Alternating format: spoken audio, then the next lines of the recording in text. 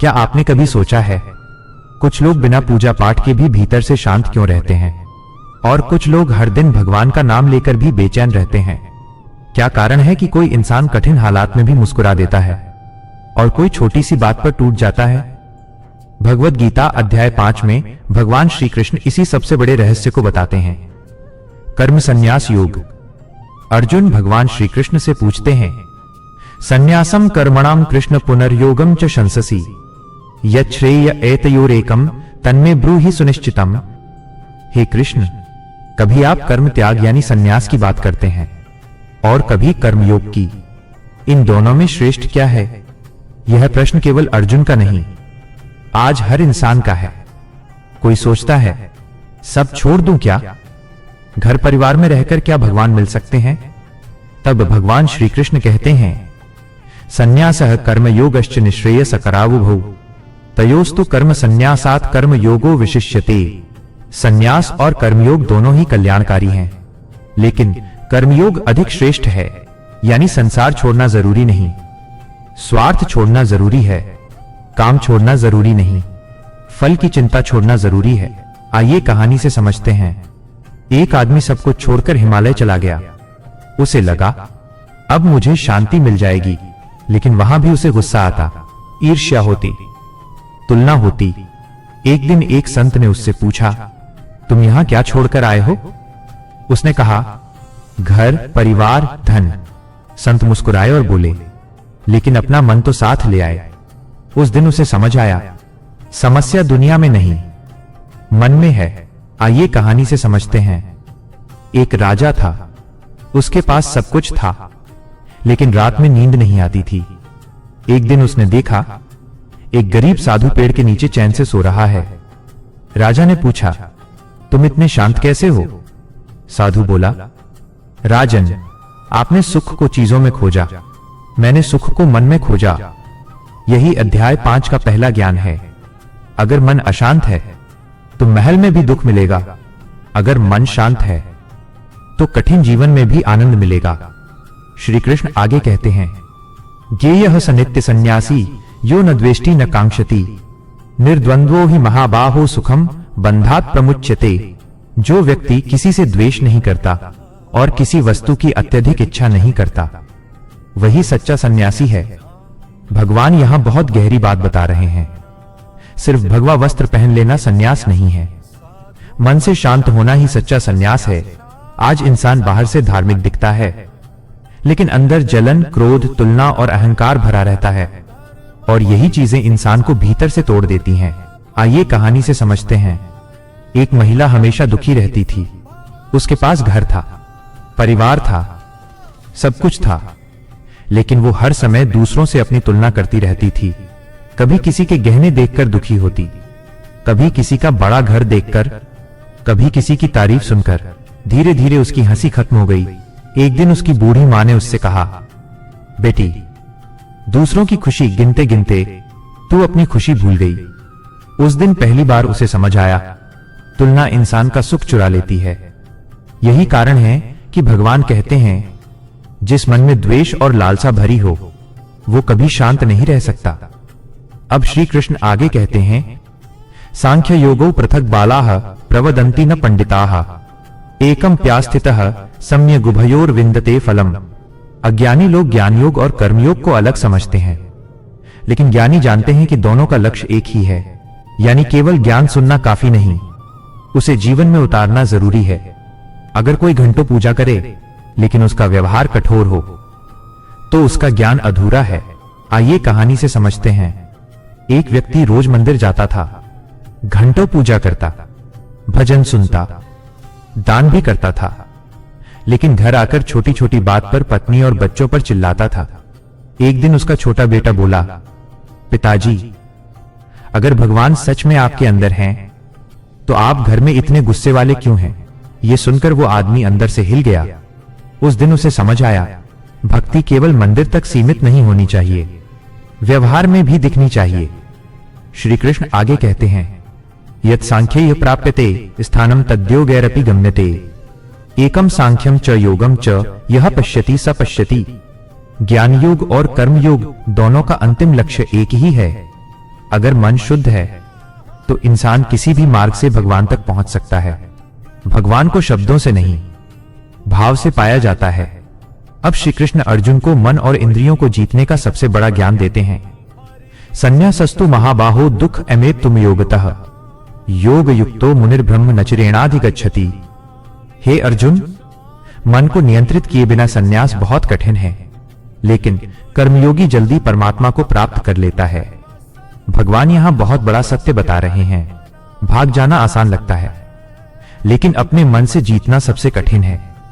आज बहुत लोग सोचते हैं, अगर यह जगह छोड़ दूं, अगर ये लोग छोड़ दूं, तो शायद मुझे शांति मिल जाएगी। लेकिन जहां भी इंसान जाता है, उसका मन उसके साथ जाता है। आइए कहानी से समझते हैं।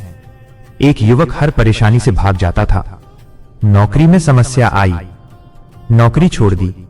रिश्तों में दुख मिला, लोगों से दूरी बना ली। उसे लगता था दुनिया ही खराब है। एक दिन वो एक संत के पास पहुंचा और बोला, मुझे कहीं शांति नहीं मिलती। संत उसे नदी किनारे ले गए। उन्होंने पानी में पत्थर फेंका, पानी हिल गया। फिर बोले, जब मन अशांत होता है तो छोटी सी बात भी जीवन को हिला देती है। कुछ देर बाद पानी शांत हो गया। संत बोले, और जब मन शांत हो जाए तो बड़े तूफान भी असर नहीं करते। उस दिन युवक को समझ आया, शांति जगह बदलने से नहीं, मन बदलने से मिलती है। श्री कृष्ण आगे कहते हैं, योग युक्तो विशुद्धात्मा विजितात्मा जितेंद्रियः सर्वभूतात्म भूतात्मा कुर्वन्नपि न लिप्यते। जिसने अपने मन और इंद्रियों को जीत लिया, वही सच्चा योगी है। ऐसा व्यक्ति कर्म करते हुए भी बंधन में नहीं बंधता। आज इंसान दुनिया जीतना चाहता है, लेकिन खुद से हार चुका है। मोबाइल का आकर्षण, क्रोध, वासना, दूसरों की स्वीकृति की भूख, यही मनुष्य की सबसे बड़ी कैद है। आइए कहानी से समझते हैं।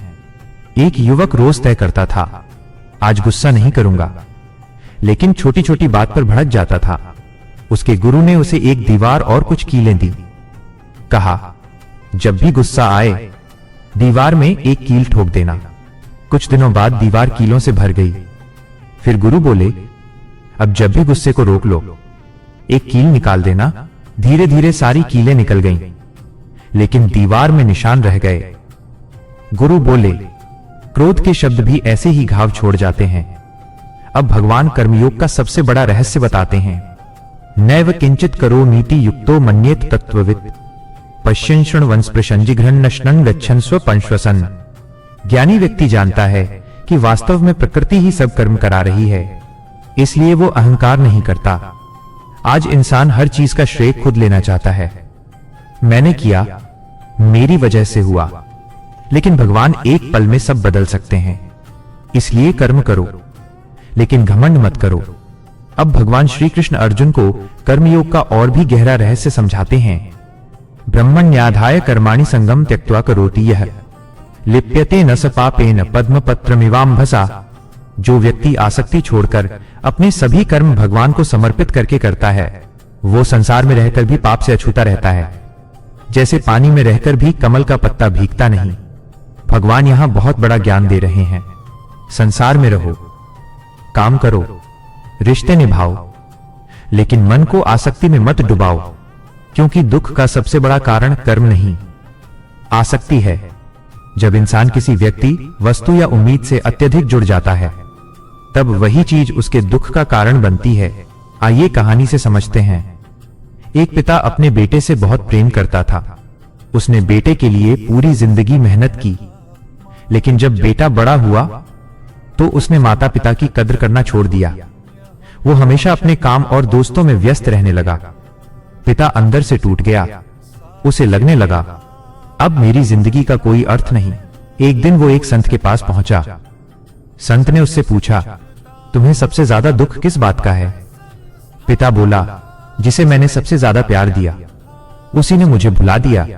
संत मुस्कुराए और बोले, तुमने प्रेम किया, ये बहुत अच्छी बात है, लेकिन प्रेम को आसक्ति बना दिया, यही गलती हुई। फिर संत ने तालाब में खिले कमल की ओर इशारा किया।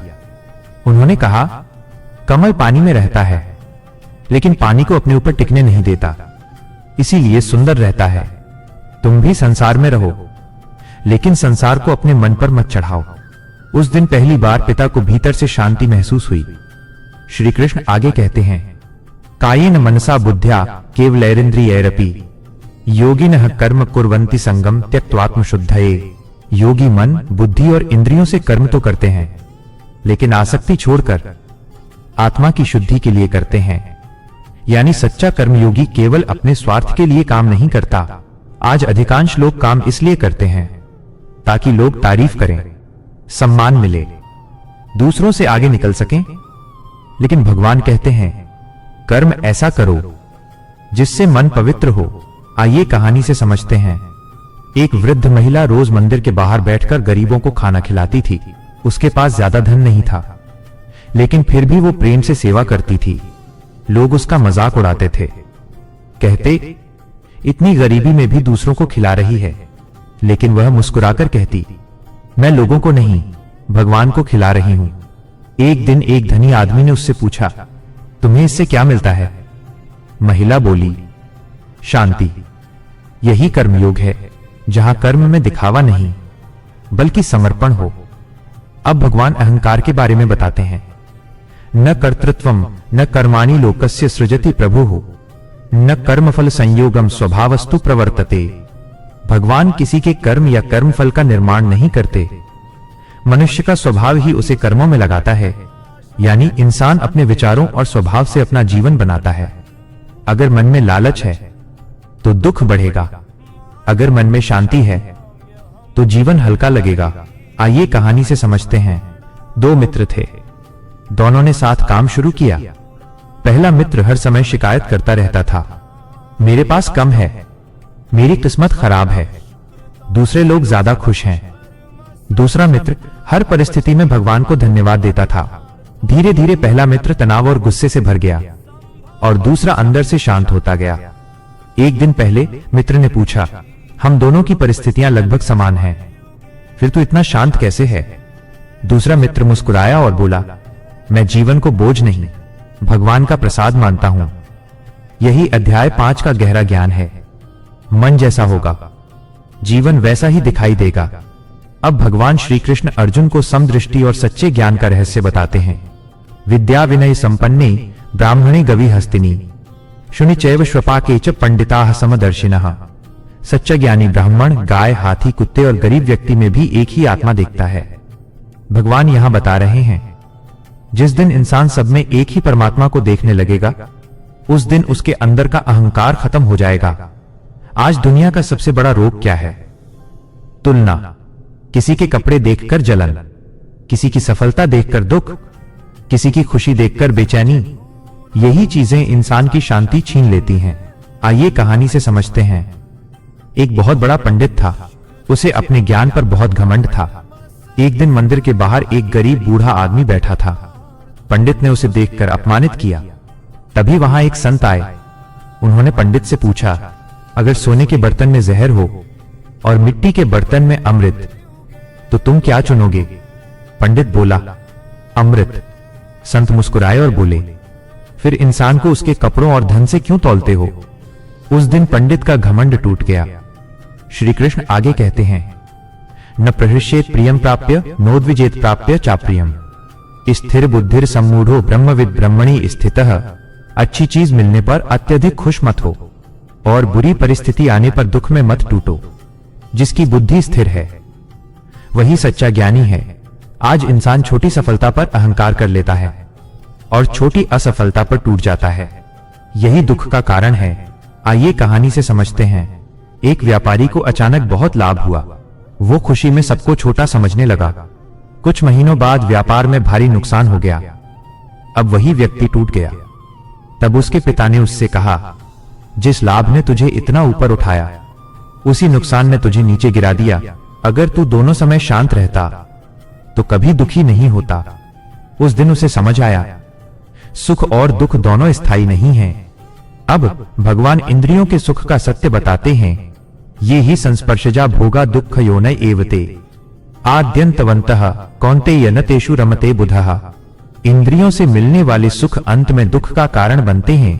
शुरुआत में वे अच्छे लगते हैं, लेकिन अंत में बेचैनी छोड़ जाते हैं। आज इंसान सोचते हैं बस ये चीज मिल जाए फिर मैं खुश हो जाऊंगा, लेकिन इच्छा कभी खत्म नहीं होती। एक पूरी हुई नहीं, दूसरी खड़ी हो जाती है। आइए कहानी से समझते हैं। एक आदमी ने नई गाड़ी खरीदी। कुछ दिनों तक बहुत खुशी रही। फिर पड़ोसी ने उससे बड़ी गाड़ी खरीद ली। अब वही आदमी दुखी रहने लगा। उसकी खुशी गाड़ी से नहीं, तुलना से जुड़ी थी। यही कारण है कि भगवान कहते हैं बाहरी वस्तुओं में सच्चा सुख नहीं है। अब भगवान क्रोध और इच्छाओं पर नियंत्रण का ज्ञान देते हैं। शक्नोति है वो यह सोढ़ुं प्राक्शरीर विमोक्षणात् काम क्रोधोद्भवम वेगम स युक्तः स सुखी नरः। जो व्यक्ति जीवित रहते हुए काम और क्रोध के वेग को सहन कर ले, वही सच्चा सुखी इंसान है। क्रोध सबसे पहले उसी इंसान को जलाता है जिसके अंदर वो पैदा होता है। आइए कहानी से समझते हैं। एक माँ रोज अपने बच्चों पर चिल्लाती थी। धीरे धीरे बच्चे उससे डरने लगे। एक दिन उसने देखा उसका छोटा बेटा खिलौनों से भी डरकर बात कर रहा है। उस दिन उसे एहसास हुआ घर की आवाजें बच्चों का भविष्य बनाती हैं। उसने उसी दिन से अपने गुस्से पर काम करना शुरू कर दिया। यही अध्याय 5 का गहरा संदेश है। काम करो लेकिन फल का घमंड मत करो। रिश्ते निभाओ लेकिन खुद को मत खो। भगवान को खोजो लेकिन केवल मंदिरों में नहीं, अपने अच्छे कर्मों में खोजो। अगर ये ज्ञान आपके हृदय को छू गया हो तो वीडियो को लाइक जरूर करें, चैनल को सब्सक्राइब करें और कमेंट में लिखें राधे राधे, क्योंकि हो सकता है ये ज्ञान किसी टूटे हुए इंसान को फिर से जीना सिखा दे। राधे राधे।